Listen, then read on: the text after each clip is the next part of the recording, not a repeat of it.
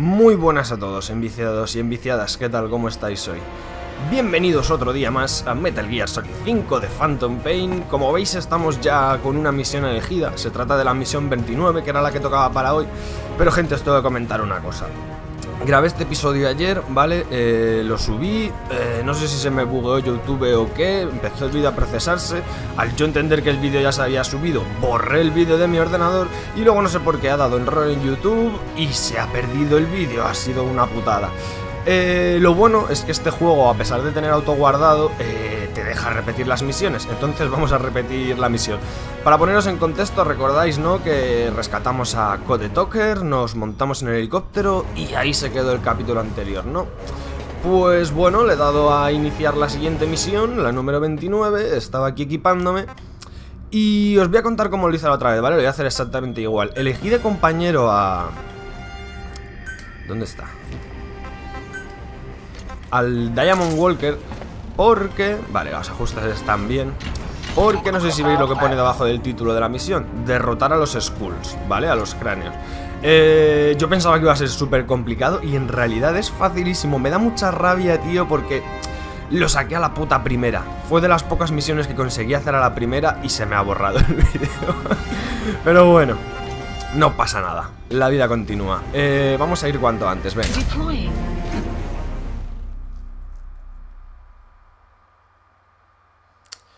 Pues fallo mío, gente, estas cosas pasan una vez de cada 1000. Tengo 1300 vídeos subidos al canal, que lo he mirado antes, y es la primera vez que me pasa esto, yo qué sé. Siempre lo hago así, o sea, siempre que subo un vídeo, cuando veo que ya está subido y que YouTube empieza a procesarlo, cojo y normalmente borro el vídeo de mi ordenador para poder seguir grabando, porque cuanto más tamaño tiene tu disco duro ocupado, ¿no? Cuanto más cosas tienes en tu ordenador, más le cuesta al ordenador. Y a la hora de grabar se nota un montón. A la hora de grabar juegos así de calidad alta se nota un montón. Entonces intento siempre tenerlo lo más vacío posible. Y pues después de 1300 vídeos, ayer surgió la hecatombe. Me he cagado en todo. Menos mal que se puede repetir la misión. Está guapísima, por cierto, ahora lo veréis.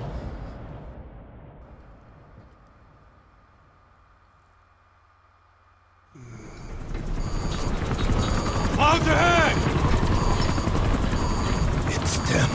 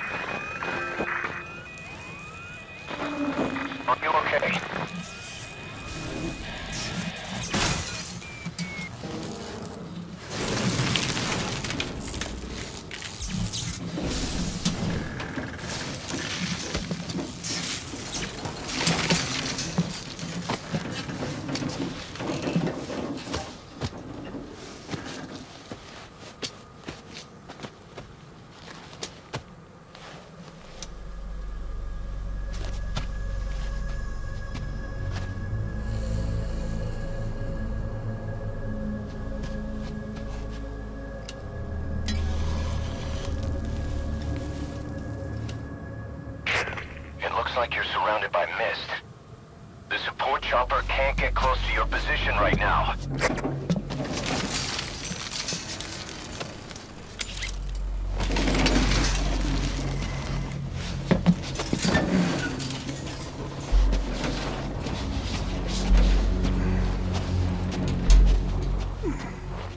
Hurry! They are coming!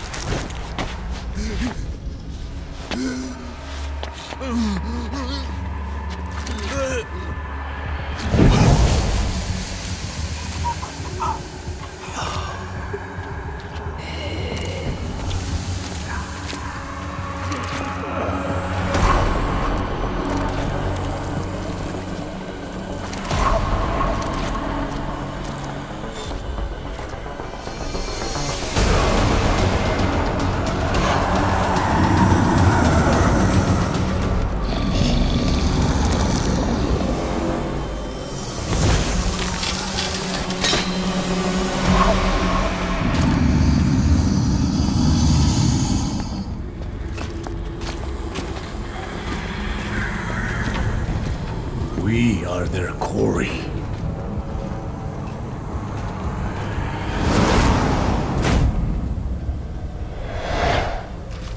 Empieza el show.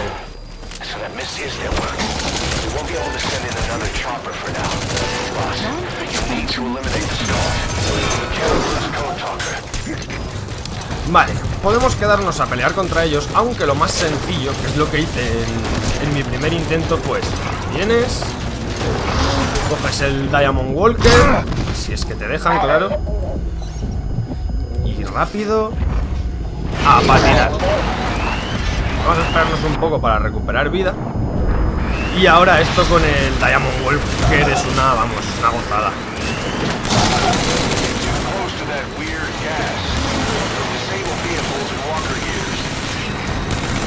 No sé cómo se hará sin... Dios, los quemados. Puedo creer que me salió mejor la primera vez que esta.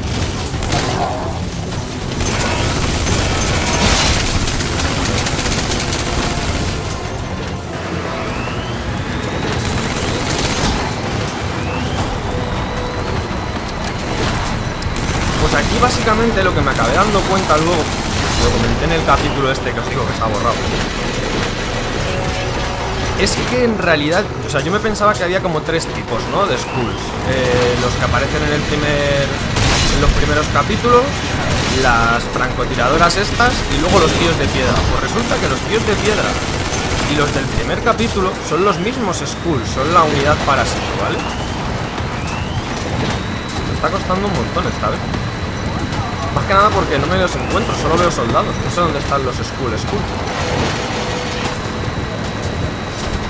No los encuentro.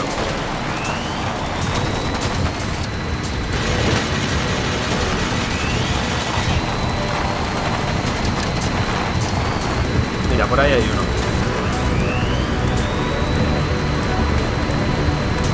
¿Dónde está? ¿Qué hace ahí dentro?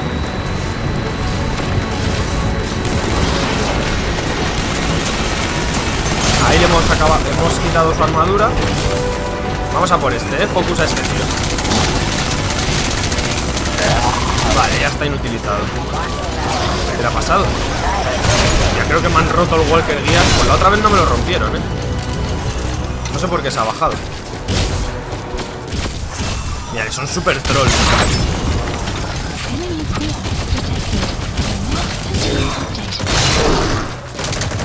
Este tío que está sin armadura tenemos que aprovechar para meterle lo máximo posible. No, ¿dónde está? Ese tío de ahí.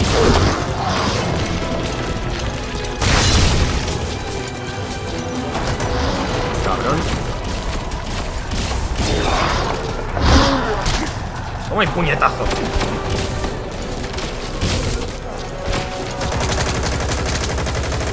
Cuidado,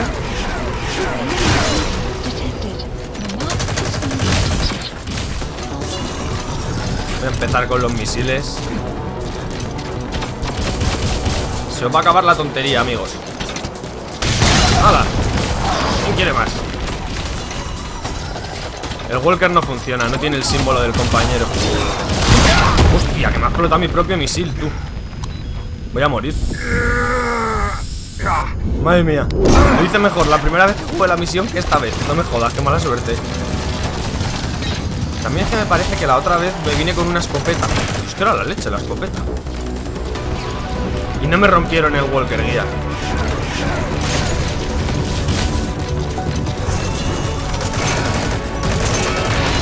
Ahora hay que volver a bajarle la armadura, que es lo malo. A ver si me puedo esconder y puedo pedir otro Walker Gear. Porque ha habido un momento como que me han perdido de vista y me han dejado en paz.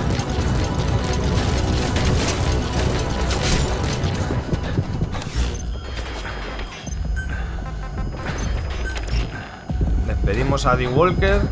Seguimos por aquí regenerando vida. Vamos a pedir otro, a ver si se puede. Aquí mismo. Ese tío se va a comer un misilazo. No le he dado, mierda. ¡Mierda!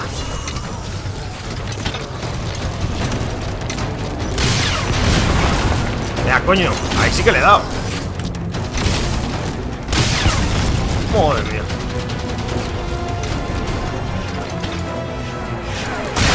Menos mal que al Code Talker ese no le hacen nada, tío. Te puedes despreocupar de él tranquilamente. Cuidado.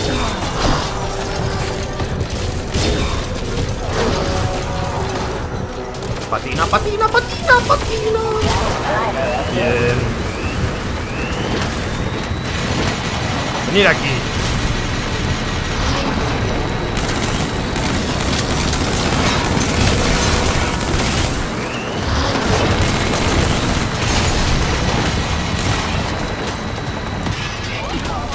Qué vergüenza, macho, que me saliese mejor la primera vez que jugué esta misión que la segunda. Otro.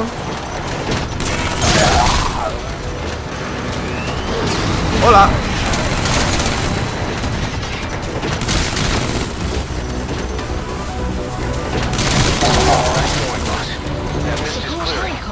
Great work, boss. I'm coming in on another chopper. Get Code Talker to the LZ and wait there. Mission info has been updated. Son super trolls, tío. Vine aquí cuando lo grabé la primera vez, intenté fultonear al Skull, pero no se puede. Hacen eso. Me di un susto la primera vez que hizo eso el cabrón. Madre. Y pues creo eso, ¿no? Que hay dos unidades. La unidad parásito, que era esta, que aparecía en los primeros capítulos y luego tiene armadura como de piedra, cuando salieron del camión en aquella misión. Y luego la unidad de francotiradoras.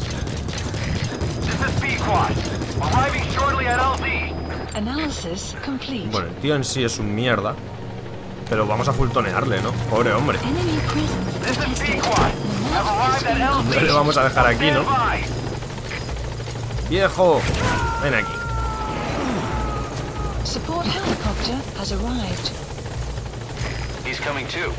Roger that. Venga, aterriza, Pickwood.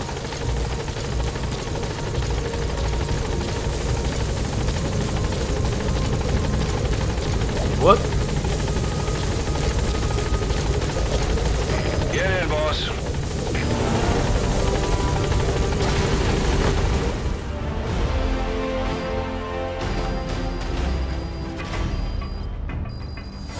Extraction arrived at Mother Base. Mission complete, boss. Nombre en código Ostrich. Hostia, pues no sé cuál me dieron aquí. De eso no me acuerdo, macho. Por cierto, ya sé para qué vale el heroísmo. Me he enterado que es como una especie de sistema de karma, perdón.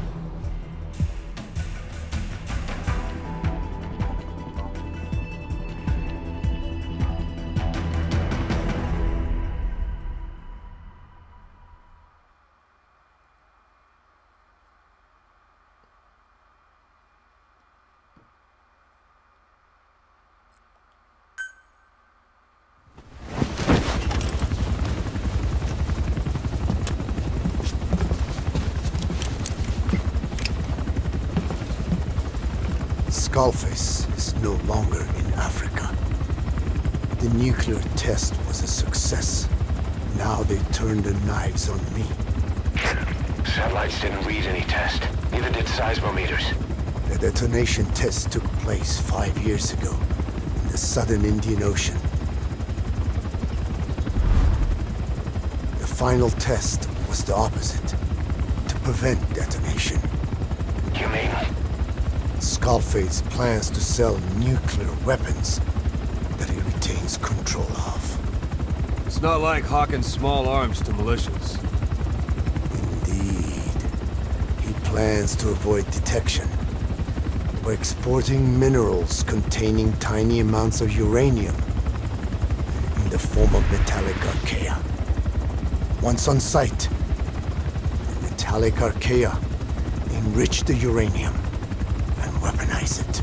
Loaded onto all-terrain bipedal machines, they ensure any country, armed group, even the smallest terrorist cell, can become a nuclear power. Bipedal. So that's why they needed Huey. A nuke business to replace the arms business. And Skullface owns the market. The very atmosphere of nukes, anywhere and everywhere. Deterrence on all sides. So that's why he ran a non-detonation test. Yes. Another metallic archaea instantly overrides the criticality generator. A fail-safe only he controls. Any such weapon can be deactivated whenever he chooses, regardless of who owns it or their intent to use it. Nukes. Controlled by a man, not a country. If they proliferate, conventional nukes lose all value.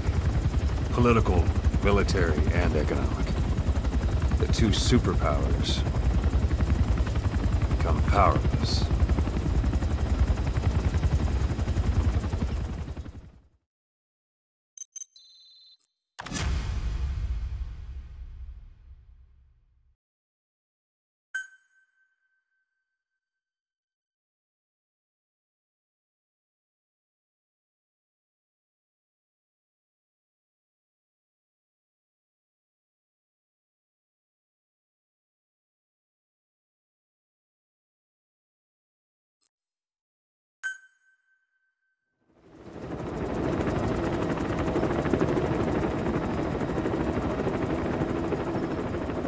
We need to stop the epidemic at Mother Base.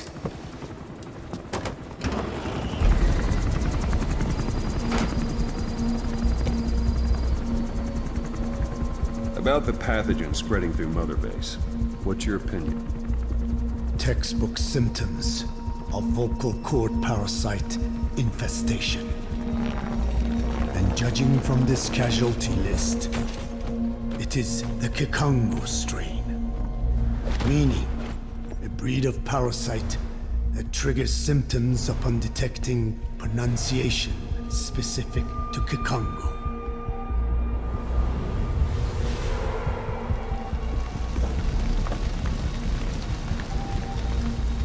So how do we keep them from becoming symptomatic?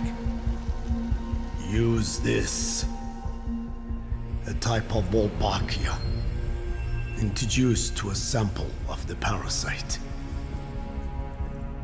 A parasitic bacteria that colonizes the parasites, turning male to female and preventing copulation.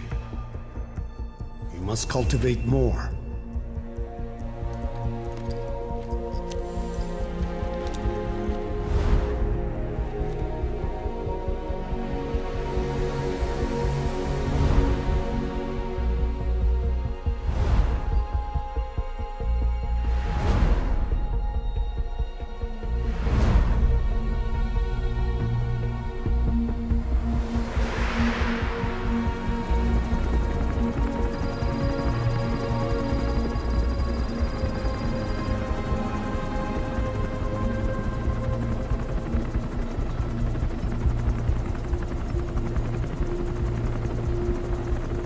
Thanks to Code Talker, we've managed to put a stop to any new vocal cord parasite infections. We couldn't save those already symptomatic.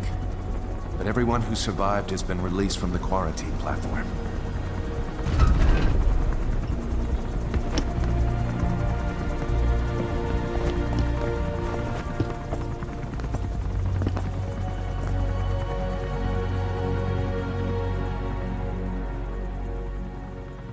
Skullface will pay for this.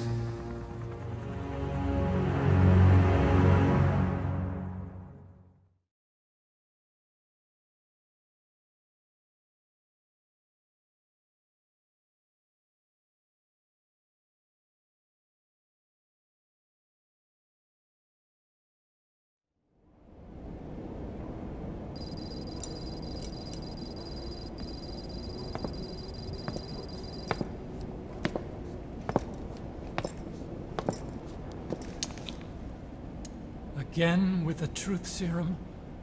What are those legs made of? Titanium? All the way to the femur.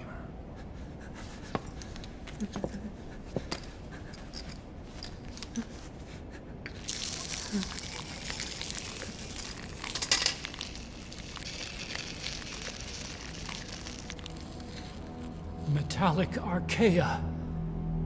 Sahelanthropus. Where is it? What? We have to know before his plan is complete. Sahelanthropus is the final piece. What are you talking about? If the Soviets break out a mobile, controllable nuclear weapon, East-West relations will be right back at the Cuban Missile Crisis. The Cold War returns to life, as countries without nuclear arsenals line up for what Skullface is selling. Nuclear weapons proliferate overnight, and on the brink of annihilation, the world maintains its balance. But we know this is all just a shield, a ruse. The cleansing parasites are what matter most. A WMD to eclipse even nukes, and the only one that can still be used. Skullface is the world's greatest threat, and Zero's. The pieces are in place. All that remains is to unveil Sahelanthropus in Afghanistan. They can't activate it without me.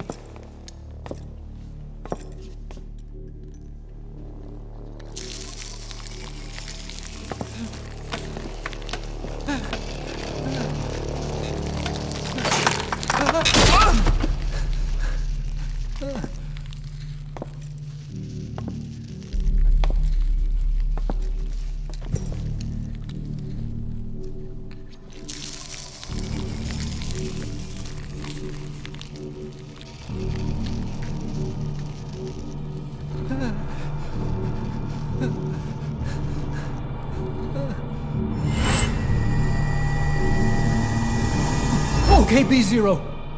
Sahelanthropus is beyond the Soviet base camp, in a lab built by the Soviet philosophers. That's what you're looking for. But I have no idea how he's controlling it. It wasn't designed to accommodate a human pilot.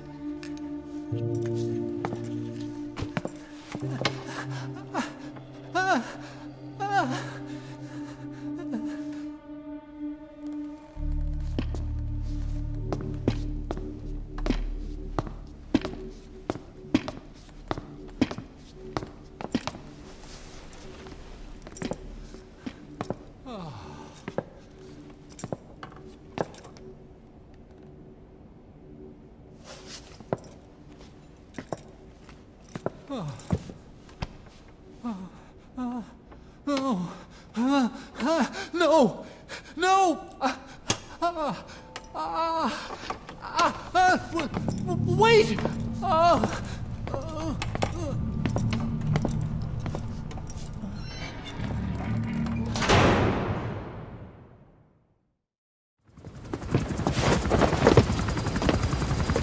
We got word from Afghanistan. Everyone at the Soviet base camp's dead. No sign of fighting. Parasites. Skullface's men then headed north. The target is OKB-0. That's where he'll activate Sahelanthropus. Unless we stop him, he'll go down in history a conquering victor. We can't let that happen! Wipe him out! Don't leave any trace of his existence! I'm gonna need backup on this one.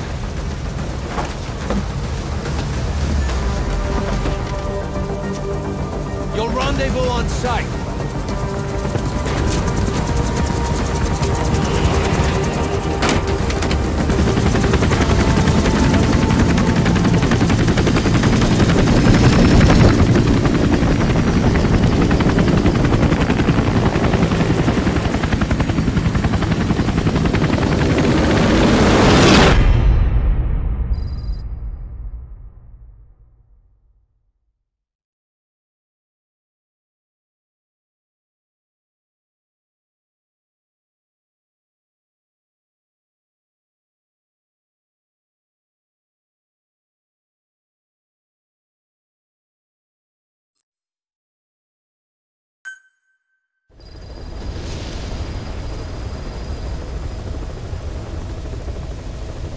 Bueno, pues no me digáis que no ha sido un capitulazo, gente.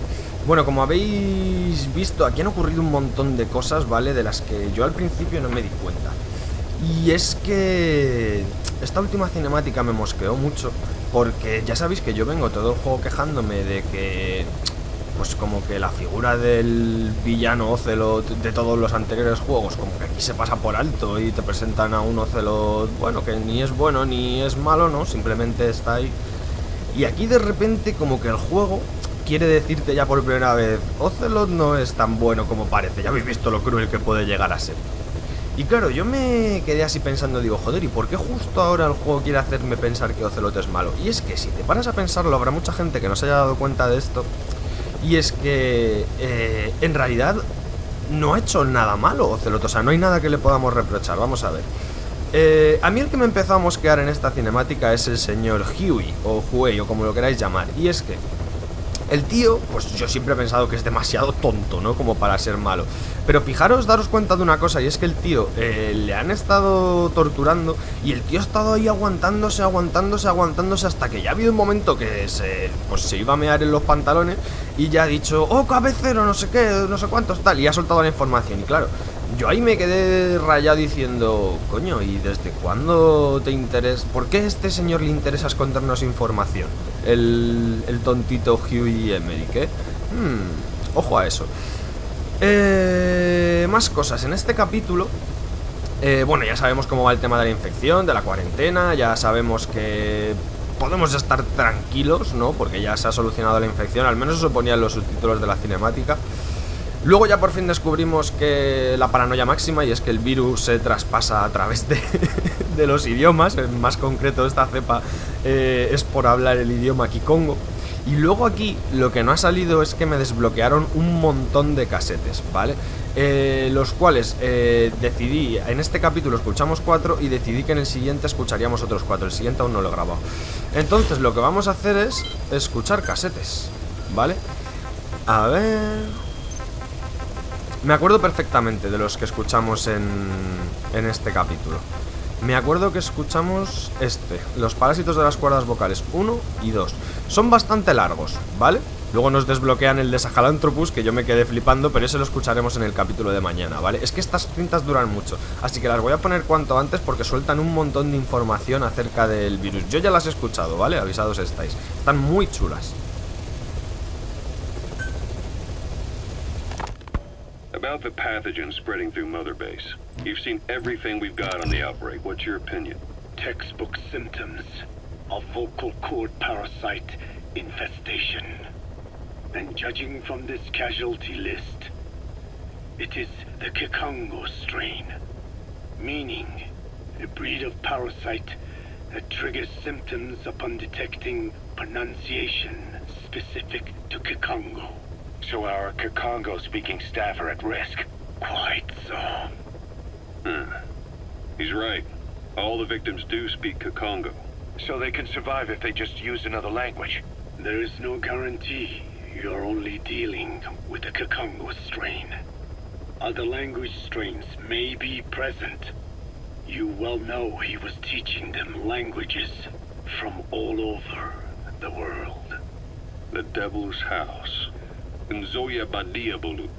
There is no way to know how many strains he has at his disposal. So how do we keep them from becoming symptomatic? You mentioned using microbes. Use this. A type of Wolbachia. Introduced to a sample of the parasite. Wolbachia? A parasitic bacteria that colonizes the parasites, turning male to female and preventing copulation. You must cultivate more. What have you done with the infected bodies?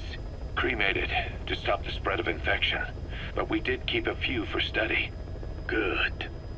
Take this sample, grind it to a pulp, and introduce it to the larvae now nesting in the dead. The Wolbachia will multiply rapidly within those larvae. They're soldiers, not some petri dish. Conventional cultivation methods will take too long. Extract the Wolbachia from those larvae and vaccinate your men. Kikongo speakers first. This is the fastest, surest way. No one is to speak a word of Kikongo until the Wolbachia are safely inside them. I will instruct your medical staff in detail on site. You have the appropriate facilities. Yes, but do not worry. I made a pact with your bit de Holone on the honor of the Dene. I speak no lies. Keep an eye on him. Will do. Follow me. I'll take you to the medical team. Now, we must wait for the Wolbachia to multiply in the larvae. How is the disease transmitted? If it's carried by insects or rodents, then... There is no intermediate host. So... The vocal cord parasites lay their eggs in the larynx of the host. Most hatch and migrate to the lungs, but some are transported to the mouth through ciliary movement, mixing in with saliva. Saliva. Droplet transmission. Sneezing, coughing. Any food or water containing infected saliva. It would spread fast. Indeed. And when the larvae migrate to the lungs, symptoms can resemble the early stages of a cold, making it easy to infect others. Meaning a simple conversation would be enough to pass it on. All right, so what happens after the larvae migrate to the lungs? It is as I said before.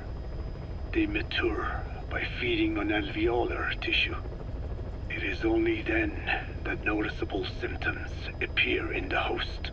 And by that point, it's too late. He's infected everyone else. It's one hell of a weapon you've created. That is what Blag Anna wanted. Something that would spread easily. In truth, he's not the reason. But we will discuss that another time. The Wolbachia have multiplied. We're preparing to extract them and begin vaccinating. But is this really the only way? Sure, it'll prevent infection, but the cost... You would rather remove their vocal cords? No. Tactical communication's a linchpin of what we do. What if we were to ban the use of Kikongo? Insufficient. First, there's no guarantee that only the Kikongo strain is here. Second, there is the matter of how the parasites lay their eggs. Before they can copulate, they must be exposed to the pronunciation of a specific language for a period of time, like a container filling with water.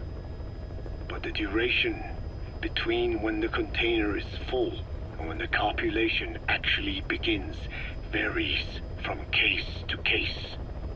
In other words, even if the infected stop speaking as a countermeasure, it may already be too late. The only true solution is to prevent copulation through the Wolbachia, or by physically removing the affected tissue. Do any anti-parasitics work? It sounds as though you have already tried. Yeah. We tried everyone there is, and nothing. I have yet to find a medicine that can remove the parasites. At best, it temporarily covers their ears. Why is that? Because the parasites are companions to us. To remove them inevitably harms the host. Companions? More than you think. And this is why the human immune system cannot eliminate them.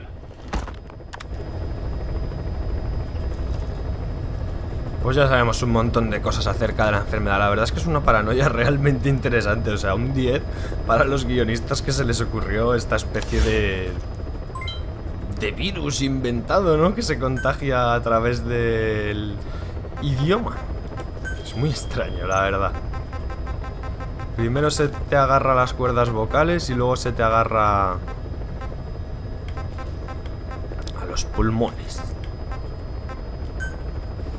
Venga, vamos con estas y vamos cortando el capítulo de hoy ya. Además, el capítulo de hoy me pareció un capitulazo. Cierto es que este que he grabado, este segundo, ha sido menos épico. El primero fue mucho más épico, porque es lo que tiene, no juegas todo por segunda vez, ya no es la misma, no te llevas ninguna sorpresa, no estaba tan motivado.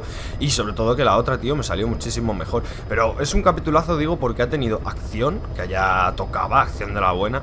Cinemáticas, que por cierto han estado chulísimas. Y ya encima toda esta avalancha de información, ¿no? Por así decirlo, porque es que es un huevo de información. Y la que os queda, estas cintas creo recordar que no estaban tan interesantes como las que acabáis de escuchar, pero bueno, sí que aportan cosas.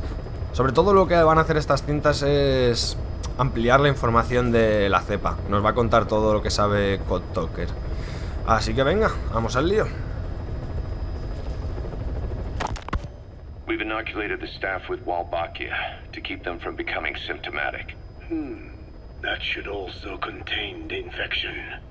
How did this happen in the first place? It has to have been a Cypher spy within our ranks. If this is so, then why the Kakongo strain? If their intent was to wipe you out. Skullface said the remaining English parasite was close to the boss. If this latest strain was his doing, he wouldn't have tipped his hand. It is possible someone brought eggs onto the base without knowing. Stuck to their shoes, clothing. That makes the most sense to me. And where did the eggs come from? You mentioned that your boss visited Nzoya Badiopulu. Sure, but his gear's disinfected immediately upon return. Then he was not the carrier. And not just the boss. All staff dispatched to high-risk regions were quarantined on the flight back. When the symptoms first appeared, we checked and disinfected all equipment used up to that point. Any and all prisoners, soldiers, materials, and animals extracted during missions were also quarantined. So, that just leaves... I have seen children around here. Where are they from? All over. Some were being held hostage at a mine. Then there were the troublemakers at Vuala Yamasa. Vuala Yamasa? Yeah. Their clothes, their things. Did you burn them? They're just kids. We couldn't. And besides, not one of them's shown symptoms. The parasites don't infect prepubescent hosts. Their vocal cords are not fully developed. Well, if infection doesn't occur in children... It is possible they carried eggs on their clothes, and the infection spread from them. Check the kid's stuff. I doubt there is any trace left by now. But if there is, some of those kids must be close to hitting puberty. How could we have missed this? The name Vuala Yamasa got quite a reaction from you. I'm guessing the Kakongo strain was released in that village. Cypher used that region to experiment with vocal cord parasite transmission. The Kakongo strain. The settlements around the refinery upstream of Vuala Yamasa were the proving grounds. They would infect one villager, then record transmission speed. Dangerous work. If they failed to contain the infection, it would slip into the surrounding regions. At which point the world found out about the parasites, making them useless as a weapon. Incredible they'd risk such a thing. The test site was densely populated too. A terrible place for such experiments. No doubt, they thought burning everything would wipe away all traces. The settlements were covered in oil anyway. Who would wonder if one day they caught fire? And so it did. They burned it all, living and dead. Those remains. But they miscalculated. Transmission speed was far faster than anticipated. It may have been the temperature, or hygiene standards, or perhaps the parasites reacted quickly to Kikongo. Whatever the reason, nearly all villages were swiftly infected, and the settlements reduced to mounds of corpses. Making matters worse, the dry season was ending. When it came time to burn the village, the Moneni River had swelled. Many of the bodies were waterlogged. Meaning they didn't burn completely. The corpses still contained viable eggs, and the larvae washed downstream. And when the people downstream drank that water, that marked the end for Bwala Yamasa. I learned all of this at the mansion. I warned him of the risk of eggs getting out. And? We are prepared for any eventuality. I get it. Putting the oil field back online. The oil leaks, saner. They planned to pollute the river, prevent the spread of infection. But the oil flow was stopped, and downstream the people of Masa village started using the water again. The PF soldiers deployed at the village were locals, spoke Kikongo. They were infected, and the kids survived. I've heard enough. And who stopped the flow of oil? Don't. We did. That confirms it. The source of the Kikongo strain infection was Masa village. And the children brought it here. It is no one's fault. There is no blame to be cast. The parasites, they were tested in other regions? Their physiology requires that they be tested under varied conditions. Another test site was in Afghanistan. So it was the parasites there. Both the Pashto and Tajik languages are spoken in the mountains of Afghanistan, and population density is low. Ideal testing grounds for how accurately the parasites target only the specified language. It is also relatively easy to prevent the spread of infection. And the results? The first test, I am told, was a success. Once the Pashtun Mujahideen were infected with the Pashto strain, they were all but wiped out. The Hamid fighters at Smasei Fort. It was doubly successful. No Tajik Mujahideen or Soviet soldiers became symptomatic. So the parasites proved to be effective. What about the second test? Also supposedly a success. A Pashtun village was the target. However, the original aim was to obtain samples of the infected. In this, they failed. And the village? The Soviets enacted a standard scorched earth operation. That must have been the village where Malak lived, before being held captive at La Marjate Palace. Having had more time to think on it, the details shared with me may have been false. They are madmen who would do anything to cover up the truth. They certainly seem to like tossing their problems in the fire. As a boy, Skullface's life went up in flames. Perhaps that is what fuels his fixation with fire. Your Wolbachia stopped the infection all right, but I still don't get it. How can a few bacteria change males to females? I know they're only bugs, but... It is not such a rare thing in the natural world. Many insects and nematodes are infected with Wolbachia. But why? They nest in the cell cytoplasm of the host, even in the egg cells, with the result that the offspring are born infected.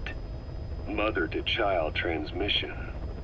However, Wolbachia cannot nest in sperm because they do not have cytoplasm. So even a successful infection of a male ends after a single generation. This means the Wolbachia must resort to maximizing the population of infected females. Sounds like an ethnic cleansing campaign on a tiny scale. Gender change from male to female is their survival tactic. So more females means more Wolbachia carriers, so it can keep thriving in the following generations. But the parasites in a human host are supposed to be a mating pair. If there's no male, there'll be no offspring at all. It's killing itself. Slow down. This tactic is intended for environments where a single male can copulate with multiple females. Originally, the Wolbachia did not infect the vocal cord parasites. I created a mutated strain, modifying the Wolbachia so that it could infect monogamous pairs. The Wolbachia's greatest multiplying tactic, the male-to-female change, worked against itself in the monogamous parasites. Just as you said.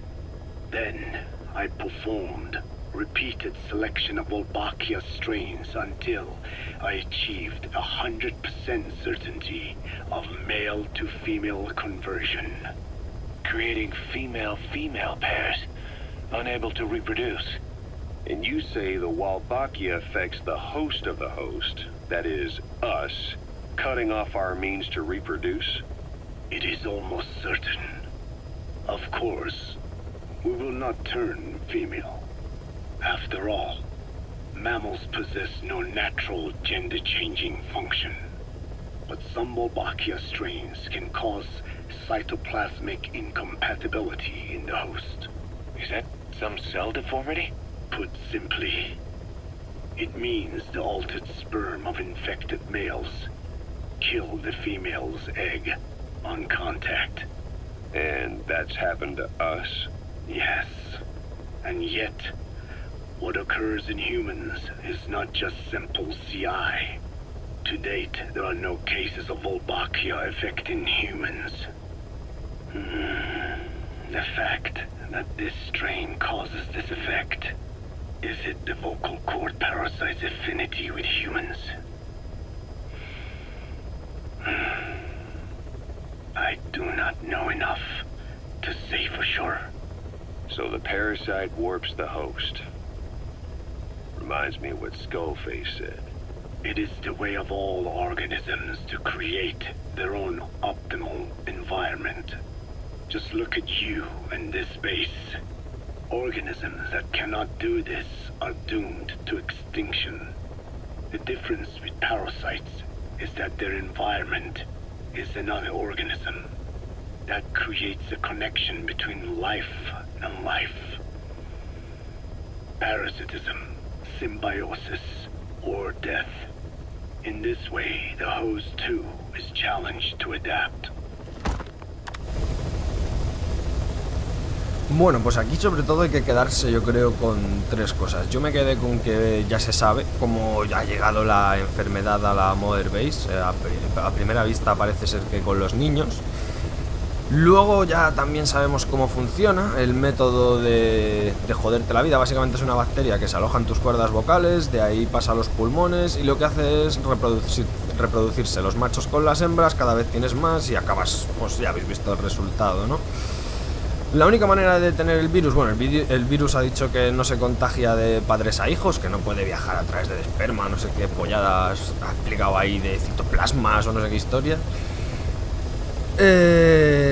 Y que se contagia por el aire.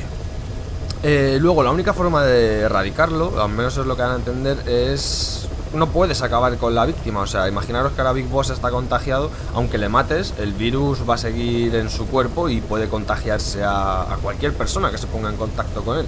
¿Cuál es la única forma de detener al virus? Hay como una especie de... Es que esto no me acuerdo si lo han dicho en esta cinta o en la del capítulo siguiente, porque no os voy a engañar. Me he ido a FK un momento a echar un pis mientras las cintas, como ya las había escuchado. Pero yo sé que en una de las cintas dicen que la única forma de detener el virus es meterle una especie de bacteria. Y esa bacteria lo que hace no es matar al virus, lo que hace es convertir a todos los machos en hembras. Creo que lo dicen en estas cintas. Y pues tú sigues teniendo el virus, por así decirlo, pero el virus no puede reproducirse, así que como tendrá una esperanza de vida muy corta, no sé cuánto durarán vivos los virus, pues prácticamente no sé cuánto tiempo tardará, pero vamos, es la única forma de erradicarlo. Y nada, nos vamos a quedar aquí, dejamos este capitulazo de acción, cinemáticas y avalanchas de información. Espero como siempre que os haya gustado, gente, un saludillo y nos vemos en el próximo vídeo de Metal Gear. Hasta la próxima.